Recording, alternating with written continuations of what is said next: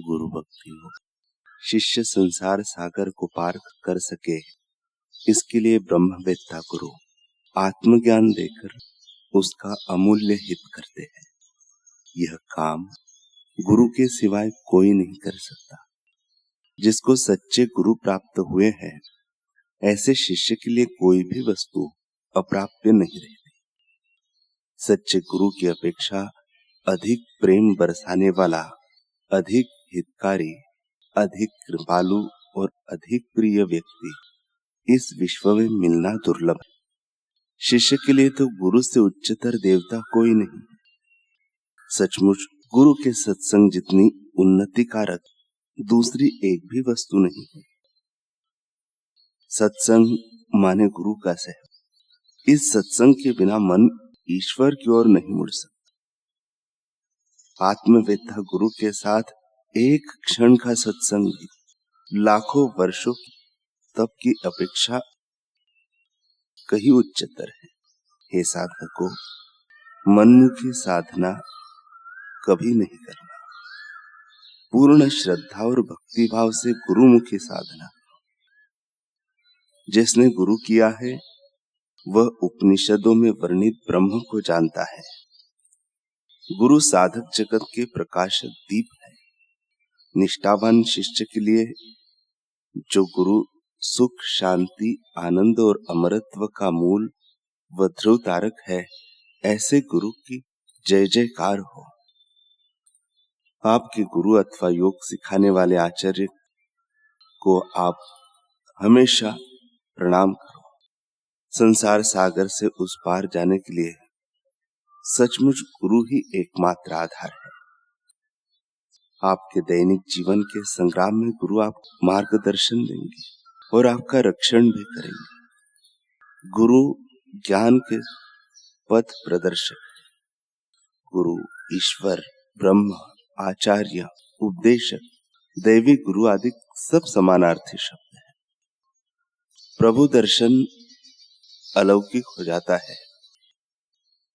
जो शिष्य प्रभु दर्शन करता है वह इतना अलौकिक हो जाता है कि वह फिर निश्चितता की महिमा गाता है। उसके लिए अपने आराध्य गुरुदेव ही सर्वस्व हो जाते हैं। रमण महर्षि के शिष्य गणपति जब अपने सद्गुरु के दर्शन पाते हैं तो वो भी अपने को बहुत ही भाग्यशाली महसूस करते हैं। वो कहते हैं, गणपति भी स्वयं को रोक नहीं पाया जब सद्गुरु रमण महर्षि के दर्शन पाया। रोकता भी कैसे? जो दिव्य अनुभूतियां उसे प्राप्त हुई थी, उन्हें उसको महर्षि के अतिरिक्त कोई ग्रंथ, कोई मंत्र, कोई तंत्र न दे पाया। आज उसने मुक्त कंठ से अपने गुरुदेव रमण की महिमा को गाया। गणपति का हृदय इतना प्रसन्न था कि आज उसके काव्य कंठ से एक महाकाव्य प्रकट हुआ। वो भी इतनी वेग से कि भावों के सारे बांध टूट गए। मात्र 20 दिनों में 1000 छंदों की उत्तम रचना आकार ले चुकी। साहित्य के इतिहास में दर्ज यह एक सहस्त्र छंदों वाला उमा सहस्त्र नाम एक अनमोल ग्रंथ है। देवी उमा को संबोधित करती इस बृहद स्तुति में गणपति ने बारंबार उन्हें धन्यवाद दिया है कि उन्होंने उसे महान गुरु की शरण प्रदान की। एक एक छंद में गणपति ने देवी के माध्यम से अपने महर्षि की अर्चना की है। उन्होंने उसकी ईश्वर से भेंट करवाई। गणपति के अंतःकरण में स्फुटित इस महान रचना को आध्यात्म के इतिहास में श्रेष्ठ स्थान प्राप्त है। असंख्य श्रद्धालुगण इस रचना का गान कर अपने भीतर भक्ति को सुगंधित करते रहे हैं। गुरु भी मिल गए, उनकी अनुकंपा से प्रभु दर्शन भी हो गए, जीवन में सभी रंग भी खिल गए। फिर भी गणपति के मन में कुछ था जो उसे चैन नहीं लेने दे रहा था।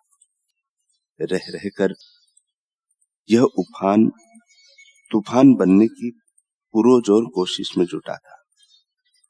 एक दिन भीतर पनपते भावनाओं के तूफान में आखिरकार वह बह ही गया। गणपति खुद को अब और नहीं रोक पाया। सीधा गया और सबके सामने बुलंद उद्घोष कर डाला, जो भगवान दिखा दे वह भगवानों का भगवान ही हो सकता है। इसलिए आज से मेरे स्वामी भगवान श्री रमण महर्षि के नाम से जाने जाएंगे। यह संसार उन्हें भगवान कहकर पुकारेगा। इतना कहते हुए गणपति के कंठ से एक और अद्भुत रचना प्रवाहित हुई। रमण चत्वारिमसत्। 40 श्लोकों के इस संकलन में गणपति ने अपने भगवान रमण की खुले दिल से स्तुति की। यह चत्वारिमसत् आज वर्षों बाद भी प्रतिदिन श्री रमण महर्षि के आश्रमों में गाया जाता है। इतना ही नहीं, आज सदियों बाद भी यह संसार गणपति के स्वामी को भगवान श्री रमण महर्षि कहकर ही संबोधित करता है।